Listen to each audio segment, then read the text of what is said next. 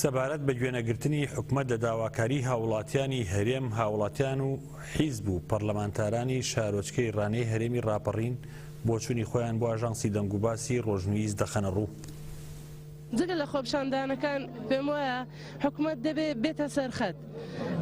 هەتا ئێستا هەرچەند حکومەتێکمان نییە کە بێتە سەرخەت، هیچ بەناو حکومەتێک نییە. دیارە ساڵانێکە بەڕاستی دوو حزبی دەسەڵاتدار یاخود دەتوان بڵم دوو بنە ماڵی دەسەڵاتدار لە کوردستاندا دەستیان بەسەر سەرۆت و سامانی ئەم وڵاتەدا گرتووە. یعنی خەڵک بەڕاستی برسی کراوە.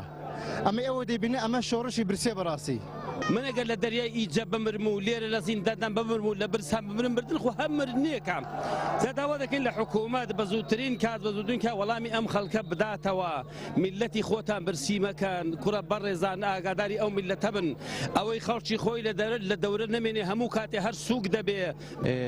داواکاری هەیە و بەڵام لە هەمان کاتدا دەسەڵاتێکی بێباکەیە، دەسەڵاتێکی ستەبکارە گوێ لە داخوازیدا گوێ لە داخوازەکانی خەڵک ناگرێ و گومان لەوەی دانیە دەسەڵاتێک کە لە قوتابخانەی خیانەت و دیکتاتۆریدا پەروەردە بوو بێ، ئەم دەسەڵاتە هەرگیز گوێ بە داوای داخوازی هاوڵاتیانی نادا. دوای 25 ساڵ دەبینین ئێمە وەک حکوومەتی هەرێم کە لە کاتێکدا نەوت فرۆشە، بەڵام وەک وڵاتێکی نەوت کڕ قەرزدارە 28 میلیارد قەرزدارە کە ئەمە لە دەستێکی ئەمین دانی.